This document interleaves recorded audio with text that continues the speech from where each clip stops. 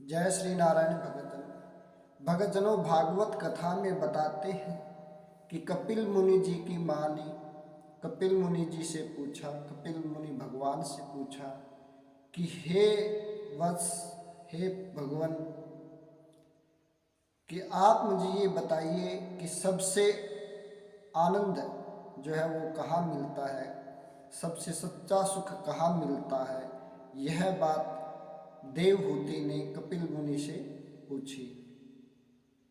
तो कपिल मुनि बताते हैं कि जो सच्चा सुख है वो भगवान के प्रेम में, भगवान की भक्ति में मिलता है। देवहूति कहती है कि मैंने इस संसारिक स्वरूप में सब कुछ देखा है और मुझे कहीं भी तृप्त या आनंद प्राप्त नहीं हुआ,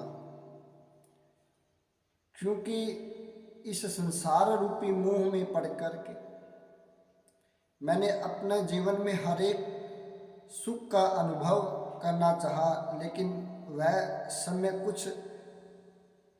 कुछ ही समय के लिए सुख देने वाला होता है, उसके बाद में वह सुख नहीं देता। तो सबसे सच्चा सुख है वो कहाँ मिलता है। तो कपिल मुनि जी भगवान बताते हैं कि जो सच्चा सुख है वो केवल और केवल भगवान की भक्ति में ही मिलता है। जो ये संसारिक सुख है वह केवल कुछ समय मात्र के लिए ही रहता है, और जो सच्चा सुख वो है जो जीवन भर हमारे साथ रहने वाला होता है, वो भगवान की भक्ति में होता है, न कि किसी और में। जैसे हमारा शरीर है, शरीर में जो 5 इंद्रियां होती हैं, ये इंद्रियों से हमें केवल कुछ समय के लिए ही सुख मिल सकता है। जैसे आँख हो गई, आँख से हमें जो चीज़ देखते हैं उस चीज़ से हमें प्रसन्नता ज़रूर होती है कि हमने ये चीज़ देखी और ये कितनी खूबसूरत है। वह सुख केवल थोड़ी ही समय के लिए रहता है। आँखों के आगे तब तक वह सुंदरता की चीज़ बनी रहती है, तब तक ही वह सुख बना रहता है, उसके बाद में वह सुख प्राप्त हमें नहीं होता। जो प्रेम पूर्वक भगवान की भक्ति करते हैं, उस भक्ति में जो आनंद आता है वो और किसी चीज़ में आनंद प्राप्त नहीं कर सकते। इसलिए भगवान कपिल मुनि जी सारी बातें खोल करके बताते हैं कि सच्चा सुख कहाँ मिलता है।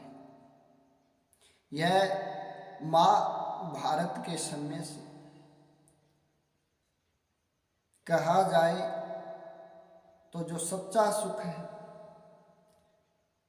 जो माँ भागवत है, भागवत पुराण है, उसमें कपिल मुनि जी की भगवत गीता का उपदेश दिया गया है।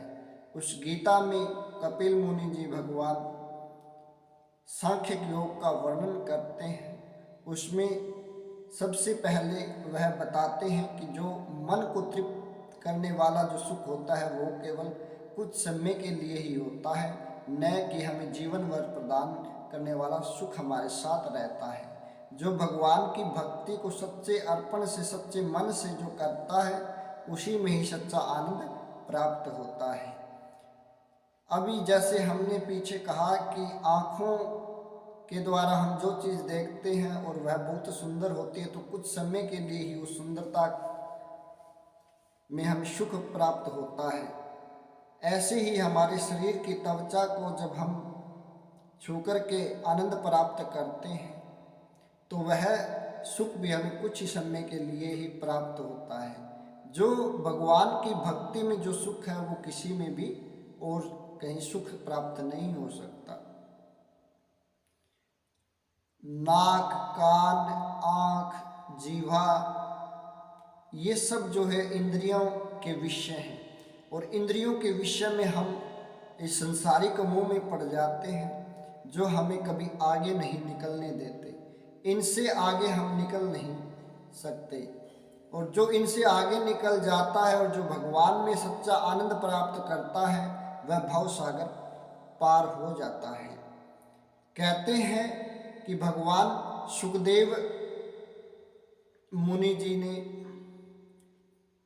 राजा परीक्षित जी को जब ये कथा सुना रहे थे तो उस कथा में यह वर्णित आता है कि कैसे कपिल मुनि जी ने देवहूति को यह ज्ञान प्राप्त करवाया था और उसके साथ ही संसारिक लोगों के लिए भी यह ज्ञान प्राप्त हुआ।